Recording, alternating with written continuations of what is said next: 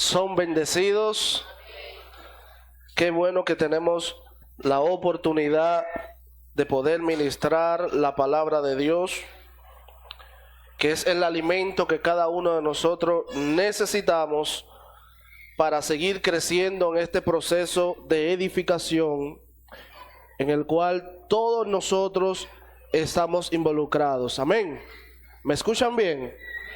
Gloria al Señor. Yo quiero que rápidamente busquen, vamos a leer la palabra de Dios en Marcos capítulo 9. Marcos capítulo 9, versículo 33 al 37.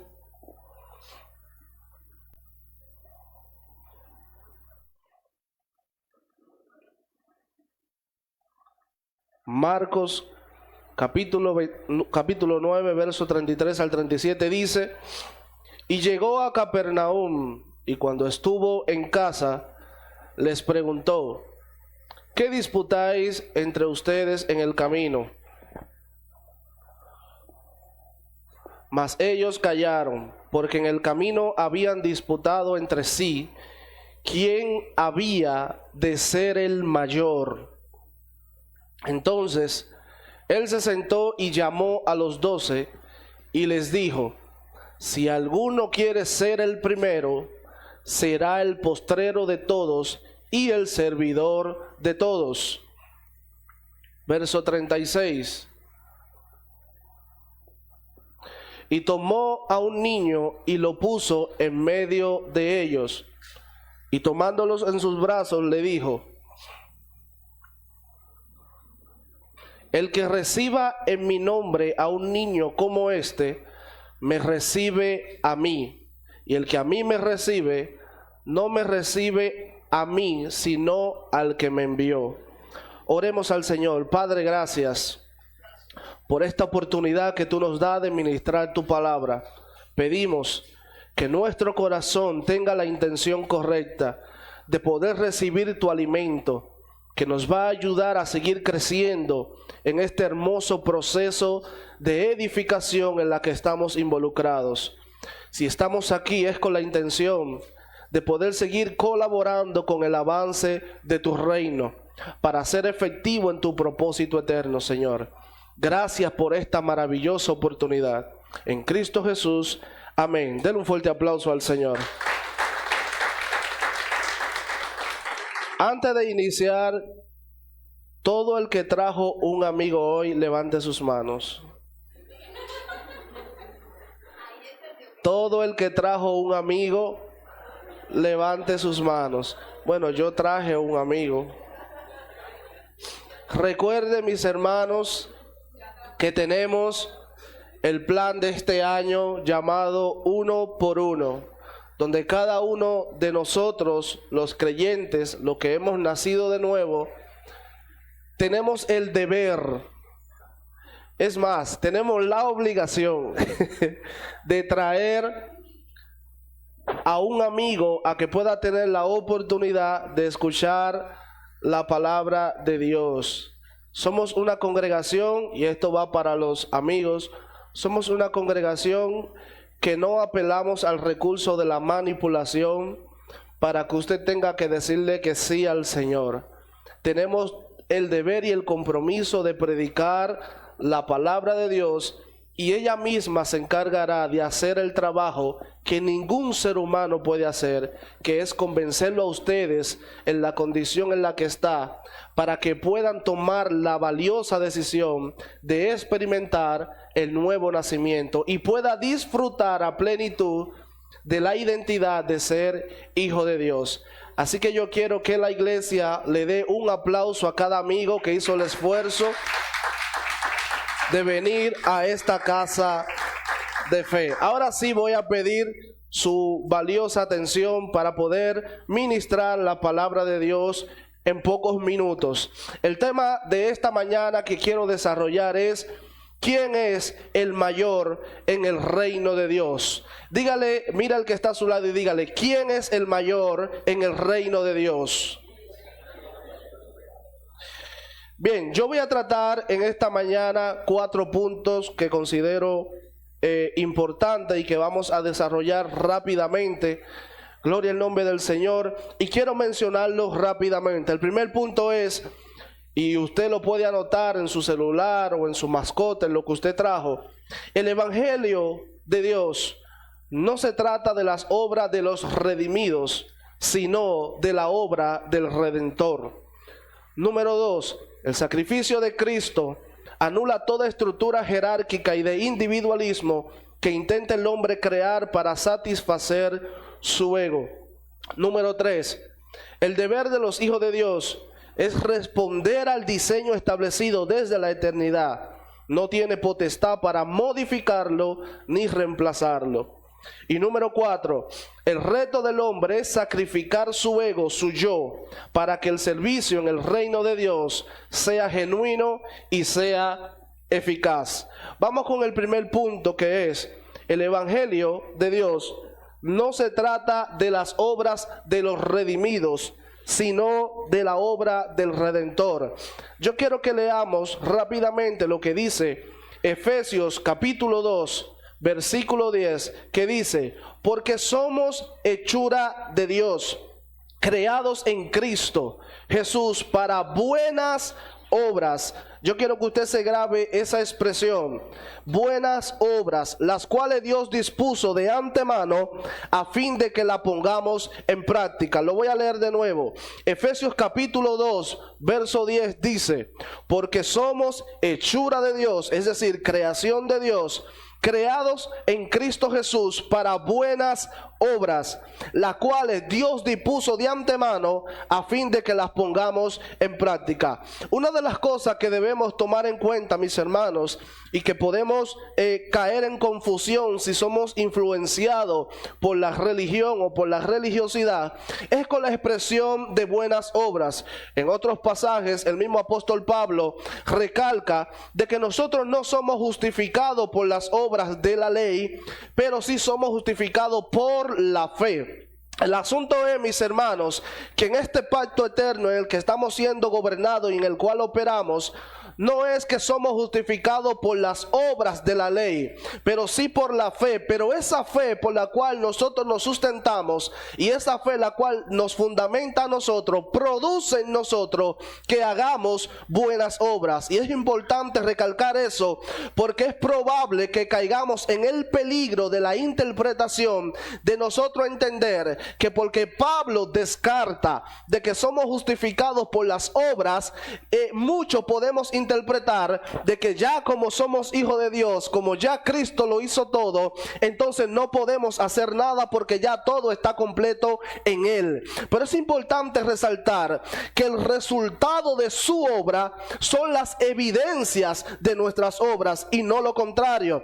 En otras palabras, nosotros con nuestras obras no validamos la obra de Cristo, pero la obra de Cristo valida las obras que nosotros hacemos. En otras palabras, mis hermanos, no es que nosotros hagamos buenas obras para certificar la obra de Dios, pero es importante tomar en cuenta de que la obra que Cristo hizo en la cruz del Calvario, una vez nosotros la entendemos, una vez nosotros se nos revela esa gran y perfecta obra, entonces eso produce en nosotros que hagamos buenas obras. Porque es cuestionable, mis hermanos, y creo que el pastor trató esto hace una semana, es cuestionable ver que una persona que ya ha entendido y ha comprendido el impacto que tuvo el sacrificio de Cristo en la cruz del Calvario, un creyente que se le ha revelado o dice saber entendido el sacrificio de Cristo en la cruz y quedarse rezagado, que ser un creyente que no pone la intención de poder colaborar con el propósito de Dios. Y es importante que entendamos, mis hermanos, que una vez se revela a nuestras nuestras vidas, la obra perfecta de Cristo en la cruz del Calvario, eso de una manera natural va a producir en nosotros que hagamos buenas obras. Por eso, mis hermanos, si vamos a hacer buenas obras, debemos de entender lo siguiente, y es que el Señor no nos dio su espíritu para que seamos populares, para que seamos famosos. El Señor nos dio su vida para que seamos testigos. Lo voy a repetir, quizá lo dije muy rápido. El Señor no nos dio su espíritu para que seamos populares.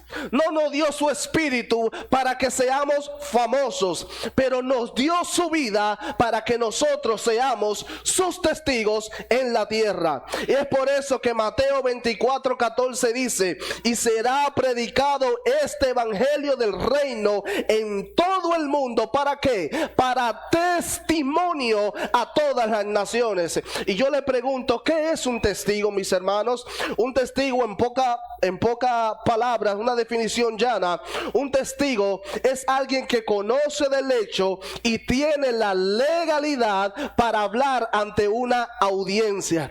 Pero hay algo interesante.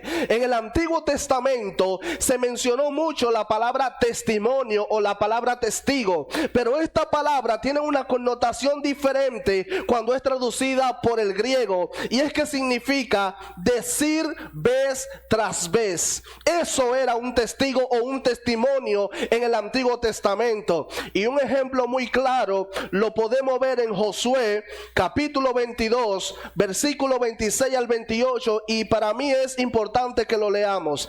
El verso 26 dice: por esto dijimos, edifiquemos ahora un altar. Pero oye lo que dice: no para holocaustos ni para sacrificios. Entonces el verso 27 nos va a revelar lo siguiente: sino para que seamos un testimonio entre nosotros y ustedes, y entre los que vendrán después de nosotros, de que podemos hacer el servicio de Jehová delante de él con nuestros holocaustos, con nuestros sacrificios y con nuestras ofrendas de paz. Y no digan mañana nuestros hijos a los nuestros: ustedes no tienen parte en Jehová. El verso 28: nosotros pues dijimos, si aconteciere que tal digan a nosotros o a nuestras generaciones en lo porvenir, entonces responderemos: miren el símil del altar de Jehová, el cual hicieron nuestros padres, no para holocaustos o sacrificios, sino para que fuese ¿qué? Testimonio entre nosotros y entre ustedes. Y cuando yo me pongo a leer eso, entonces yo digo lo siguiente: si esto lo hacían los judíos desde una plataforma terrenal, desde una plataforma temporal, ¿cuánto más nosotros que hemos recibido la revelación del propósito eterno y de Cristo Jesús? El deber de todo creyente es nunca cansarse de pregonar el evangelio del reino de Dios. Si esto con un altar hecho de piedra, con un altar hecho por manos de hombre, sirvió como testimonio para recordárselo a sus hijos y a los hijos de sus hijos, ¿cuánto más nosotros que hemos recibido la revelación del reino de Dios? Eso en nosotros debe impulsarnos a nunca cansarnos de predicar el evangelio a todo el que lo necesite. Porque con esa intención, con esa pasión y con ese interés de predicar el evangelio de Dios, estamos siendo testigos para todas las naciones. Nunca, mis hermanos, confunda ser justificado con la fe con no hacer buenas obras. El mismo escritor, no recuerdo si en Gálatas o en Santiago, que dice que aquel que tiene fe y no lo pone por obra, Santiago, gracias, esa fe está muerta. En otra palabra, mis hermanos, el fundamento del reino de Dios que se ha ido construyendo en nosotros impulsa de una manera natural en que produzca en nosotros buenas obras. Pero esas buenas obras que produce ese fundamento y esa revelación que está en nuestro espíritu la produce de manera en que todo el que sea impartido con aquello que nosotros hagamos, con aquello que nosotros digamos, lo hace para el proceso de edificación, no se detenga, sino que siga su avance. Y es cierto que hay un tipo de obra en el cual el Padre no aprueba. ¿Sabe cuál es ese tipo de obra? Toda obra que saque de circulación el mensaje del evangelio, del reino de Dios y de Cristo Jesús. Si Cristo no es el eje de nuestro mensaje, por más que nos esforcemos, por más que hagamos, no tendrá la aprobación de Dios. Pero usted, que es hijo de Dios, puede tener la certeza y la seguridad de que si usted está predicando con responsabilidad, con madurez, el evangelio del reino de Dios, usted va a tener el respaldo de Él, usted va a tener la aprobación del Padre, y los resultados ahora, mañana o después se van a hacer visibles.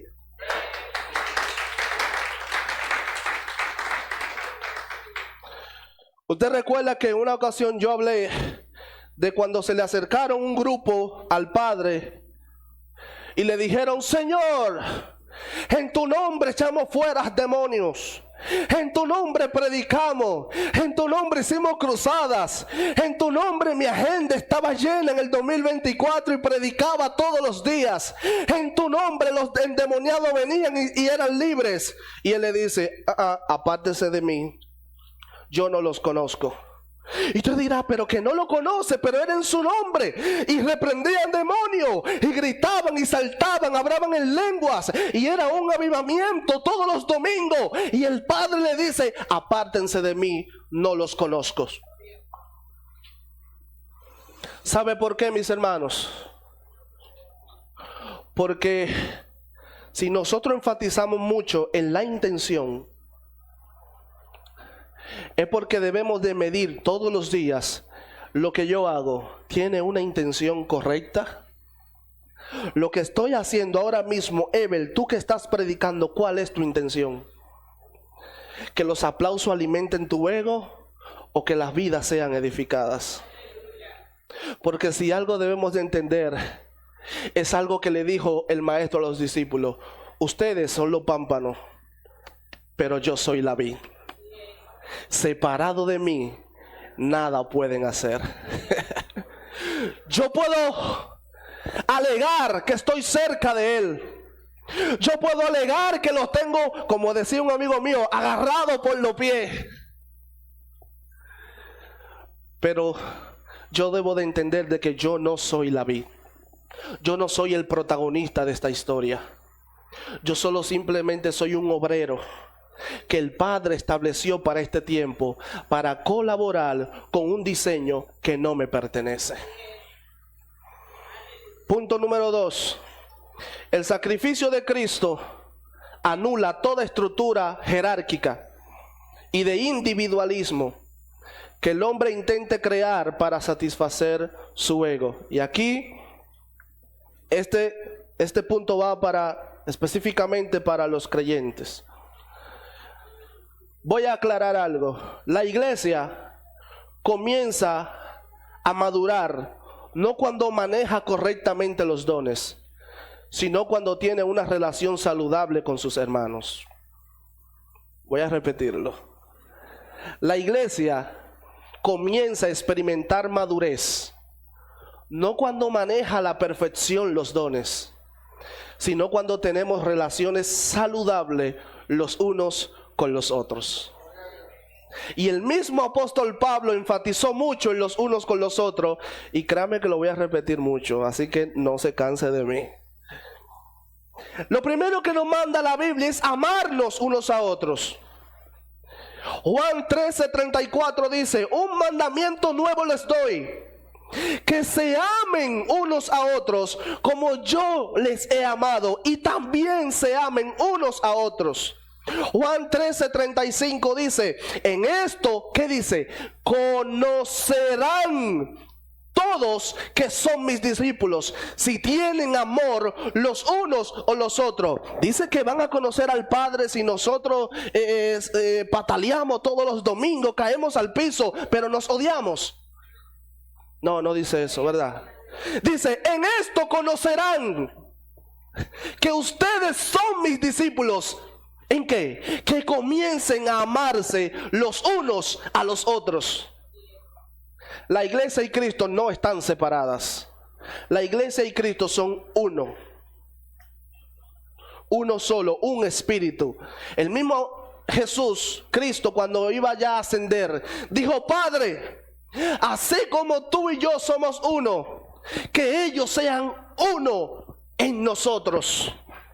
La idea del Padre establecer su iglesia es para que sea la expresión, la representación y la manifestación de la esencia de la vida de Cristo que la misma iglesia porta. Pero esa vida no se va a expresar de una manera genuina, no se va a expresar de una manera natural si la iglesia no comprende de que debemos amarnos y relacionarnos no con hipocresía, sino en amor, porque es el requisito que pide la palabra de Dios para que el mundo conozca que somos sus discípulos. No nos van a conocer de otra manera, mis hermanos. Nos van a conocer si nosotros aprendemos a expresar el amor que el Espíritu produce en nosotros. ¿Qué otra cosa nos manda la Biblia para que tengamos relaciones saludables? Nos manda a tener un mismo sentir. Primera de Pedro 3:8 dice: sean todos ¿qué? De un mismo sentir, compasivos, amándose fraternalmente. ¿Qué más? Misericordiosos y amigables. Me gusta que dice: sean todos de un mismo sentir. ¿Qué espera el Padre? El Padre espera que la iglesia avance ¿cómo? En sintonía con el propósito eterno. ¿Cómo la iglesia avanza en sintonía? Sin medir pulso en las ideas, sin mostrar superioridad entre los hermanos, sino que todos avancemos hacia el mismo propósito. Mis hermanos, cada vez que usted expresa una idea, o cada vez que usted pone a desarrollar sus talentos o a manifestar los dones, eso no es evidencia de superioridad entre sus hermanos. Lo que usted está haciendo es siendo el vaso que el Padre está utilizando para que el cuerpo sea edificado. Cuando nosotros expresamos un don, un talento para el beneficio saludable del crecimiento del cuerpo, eso nada tiene que ver conmigo, tiene que ver con el Padre, que tiene la intención de que su obra no se detenga. Y para que su obra no se detenga, a la hora de mirar a la tierra está viendo una iglesia, pero esa iglesia debe de tener un mismo sentir, debe de amarse para hacer la plataforma correcta en el que el Padre se pueda manifestar sin ningún problema. El Padre no quiere mirar una iglesia que esté dividida. El Padre no quiere mirar una iglesia que guarde rencor. El Padre no quiere mirar una iglesia que no aprenda a perdonar. El Padre, cuando ve su iglesia, quiere ver una sola persona, quiere ver a su Hijo. ¿Qué otra cosa?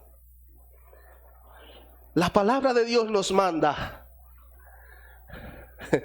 a que todos nos gocemos cuando uno de los miembros avanzan.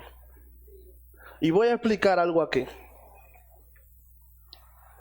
El creyente que entiende que es maduro sabe que cuando uno de los miembros avanza, no solo avanza el miembro, sino avanza el cuerpo. El creyente que es maduro entiende que cuando uno de los miembros avanza, no está avanzando el miembro solo, sino que está avanzando el cuerpo juntamente con él. Por ende, mis hermanos, cuando uno de los miembros recibe honra, el cuerpo recibe honra. No trabajemos de manera separada del cuerpo, porque de esa manera seremos inefectivos. Cuando uno de ustedes esté creciendo, mi deber es gozarme, porque cuando usted crece, yo crezco. Cuando el pastor recibe una nueva revelación, yo me gozo, porque el pastor, parte del cuerpo, pondrá en funcionamiento eso que ha aprendido para que el cuerpo también avance. Por eso, 1 Corintios 12:26 dice, de manera que si un miembro padece, todos los miembros padecen con él. Y si un miembro recibe honra, todos los miembros con él se gozan. Ese gozo es evidencia del sentido del cuerpo que estamos llamados a expresar. Como le dije, si mi hermano está siendo instrumento de bendición, yo que soy parte del cuerpo, lo que allí ocurre debe de producir en mí gozo. ¿Por qué? Porque la idea, mis hermanos, es hasta que todos lleguemos. Y es cierto que en el reino uno quizá va más avanzado que otro en entendimiento, pero en identidad todos somos hijos y todos estamos posicionados en la misma identidad y en la misma posición de hijos herederos. Todos tenemos la misma herencia, todos disfrutamos de una impartición de la vida de Dios. El deber del creyente es desarrollar la semilla que se ha impartido en ustedes. Diga conmigo, todos somos, todos estamos.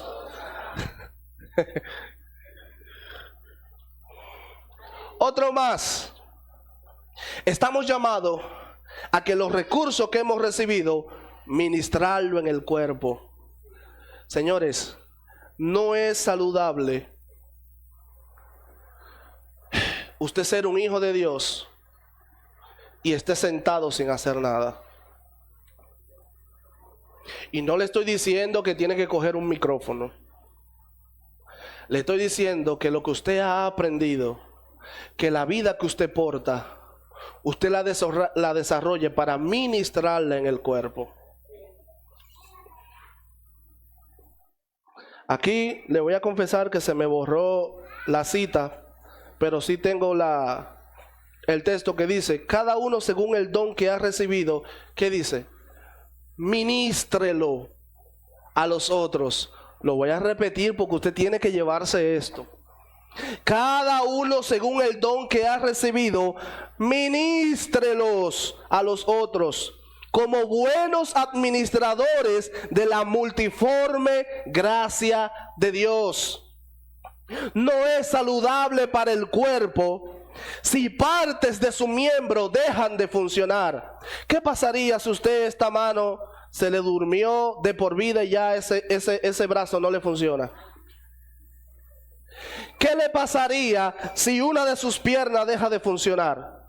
Entonces, para el cuerpo no es saludable que uno de los miembros deje de funcionar. Para que el cuerpo sea cuerpo, los miembros deben de funcionar en sintonía con el propósito por el cual fue creado. Entonces, la exhortación que le tengo a cada uno de ustedes y para mí también es que si nosotros somos llamados hijos de Dios, creyentes activos en una casa de fe, le invito a que usted desarrolle los recursos que el Padre ha puesto en usted, que no esté rezagado, sino que lo que el Padre puso en usted, usted lo ministre a los otros.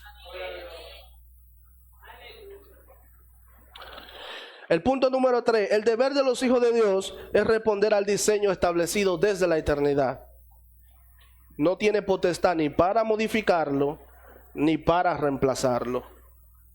Este tema es un poco serio, bueno, un poco no, muy serio, porque hoy en día existen dos cosas: el así dice el Señor y el así dijo el Señor. La iglesia se fundamenta en el así lo dijo el Señor. La iglesia no debe de cambiar lo que ya ha sido establecido porque alguien venga hoy y diga, así dice el Señor, a partir de ahora a mí ya no es el pastor. Dios me dice que es Miguel. A partir de ahora Dios me dice que cambiemos todas esas sillas. Sí, tienen 2 semanas compradas, pero Dios me dijo que la cambiemos. A partir de ahora Dios me dice que nos mudemos de aquí. Entonces hemos fundamentado la dinámica de la iglesia por el así dice el Señor y obviamos lo que ya dijo el Señor. Dios no tiene sombra de variación. Dios no es variante en su palabra. Y la iglesia debe de responder a un diseño. La iglesia no responde a un así dice el Señor. Dios entonces no habla. Claro que habla. Pero todo lo que habla la iglesia es resultado de lo que ya Él estableció desde la eternidad. Todo lo que Él habla a nuestras vidas no puede ir en contra a lo que ya Él dijo en su palabra. Si todo lo que usted escucha con un así dice el Señor y no tiene sintonía con lo que Él estableció en su palabra, usted tiene todo el derecho de cuestionarlo. Usted está en todo el deber de ponerlo en duda. ¿Por qué? Porque Dios no miente en su palabra.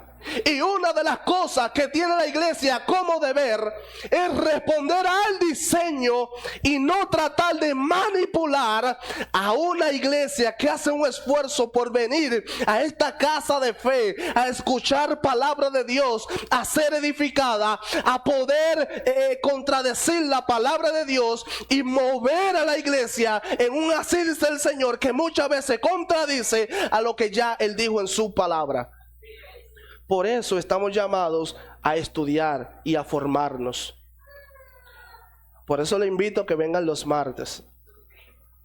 Porque el resultado de los martes va a depender de la actitud que usted tenga los domingos. Y el punto número 4. El reto del hombre es sacrificar el ego para que el servicio en el reino sea genuino. Al principio leímos como cuando los discípulos estaban con el maestro y comenzaron a debatir quién era el mayor entre ellos o quién era el primero. La Biblia dice que como el maestro conoce los pensamientos, le dice, ¿qué es lo que ustedes están discutiendo?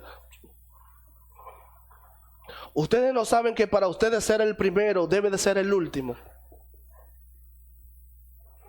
Ustedes no saben eso.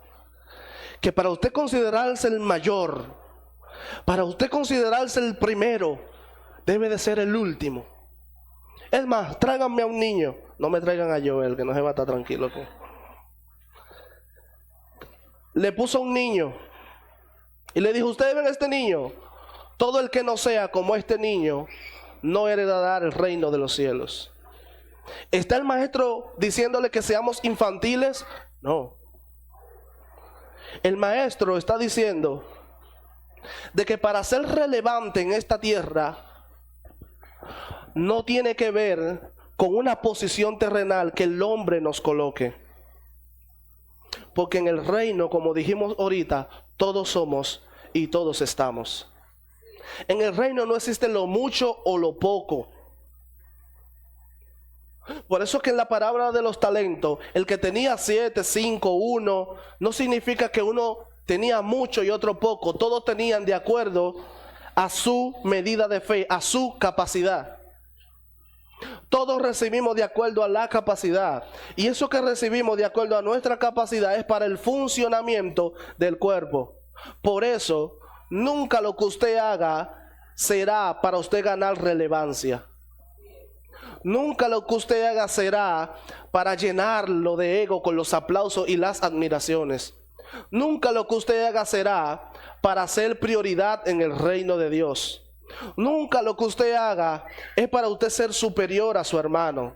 Todo lo que nosotros hagamos en el reino, lo hacemos para el servicio del reino de Dios y para que el reino de Dios avance. Pero tenga en cuenta, ni que usted es más grande que nadie, pero tampoco más pequeño que nadie. Todos somos hijos de Dios que nos encaminamos al entendimiento de su gracia y de su propósito eterno. Nunca se sienta inferior a nadie. Nunca tenga por poco lo que el Padre ha puesto en usted. Póngalo en funcionamiento y usted verá cómo usted se deleita en aquello que usted realiza a favor del reino de Dios. Nunca, mire, nunca se sienta menos. Nunca, porque usted no entienda algo, se sienta inferior a nadie. Todos no tenemos la misma capacidad de comprender las cosas. Lo que todos tenemos es al Espíritu de Dios que nos va a guiar a toda justicia y a toda verdad. Pero no todos tenemos la misma velocidad. Todos vamos a nuestro ritmo, alineado a la palabra de Dios. Lo único que el Padre nos pide es no interferir en su diseño. Lo único que el Padre nos pide es no traicionar lo que ya Él estableció. Si usted responde a favor de lo que ya Él dijo, a favor de lo que ya Él estableció, lo demás se encarga Él. No temas, no se preocupe. El recurso que el Padre puso en usted, úselo, funciónelo, que poco a poco se va a perfeccionar y usted verá cómo será efectivo en el reino de Dios. Pero no temas, no tengas miedo.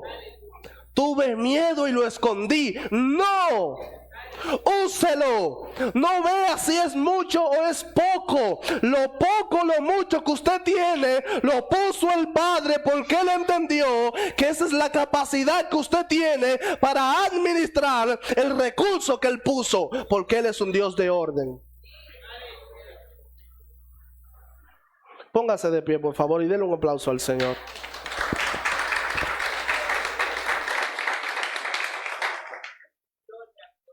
¿Qué nos llevamos a nuestros hogares? En el que para poder desarrollar un servicio genuino que el Padre apruebe, vale mucho la intención de nuestro corazón. Pero esta es la oportunidad que el Padre nos ha dado. Cada día es una nueva oportunidad que el Padre nos da para poder desarrollar el recurso que Él puso en nosotros.